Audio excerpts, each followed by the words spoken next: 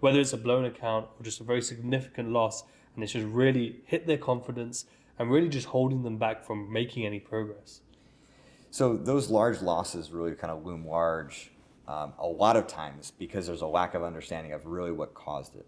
Okay. So if you've suffered a large loss, it's hard to muster the motivation to want to kind of climb up again, knowing that you're kind of on shaky ground and that could happen again easily, because if you don't know what happened, it's like being in a dark room at your house and all of a sudden getting punched in the face. Like what just happened? And then you're going to do anything you can to kind of avoid that until it doesn't happen for a while and you kind of forget about it and then it happens again. So, you want to do the forensics. You want to really analyze like what was going on prior to that large loss. And without fail, overconfidence is the sneaky, kind of conspirator here. Very much under the radar. It's subtle. Just having excessive conviction, to me, can be defined as overconfidence, right? Because now you're starting to believe things about your own ability to predict the future, to predict outcomes that is just not real, even as much as like today, is going to be a great day, right? That's overconfident. You're not a psychic. You cannot make that kind of prediction.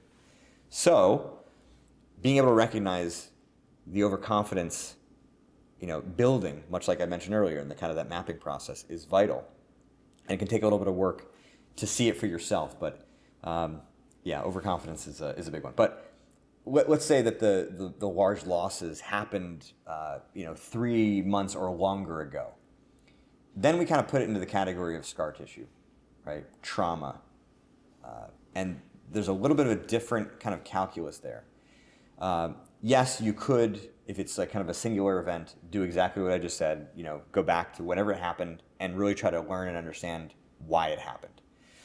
But sometimes these things kind of hang around in the background of our mind, even though we may have made some distinct corrections, and not being able to like firmly understand like what's still holding you back needs to get worked through. It's kind of like scar tissue in your muscles. Like you need a massage therapist to really kind of work through it. Now, the protocol that I've developed for this is like an adaptation of the mental hand history that I described, and the second step to that is really vital. So the first step is to describe the problem, and in this case, describe the memory, describe the loss in as brutally precise detail as you can. Don't just say, shorted NVIDIA, 4 years ago, right?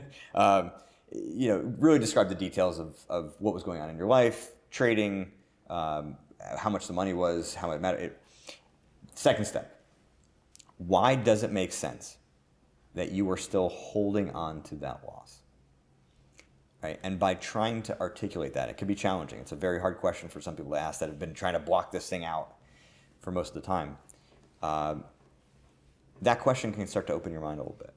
And the answer always is, there's something for you to learn. You just don't know what it is yet. And once you learn it, I'm not saying that all that emotion is going to go away, but you now have some bit of logic that you can be deploying into those moments where you're having that reflex to kind of shy away from getting punched in the face, entering the market, feeling like you've got some strength. Like you now have something you can use to kind of push yourself through that fear, through that hesitation, to rebuild some confidence and motivation.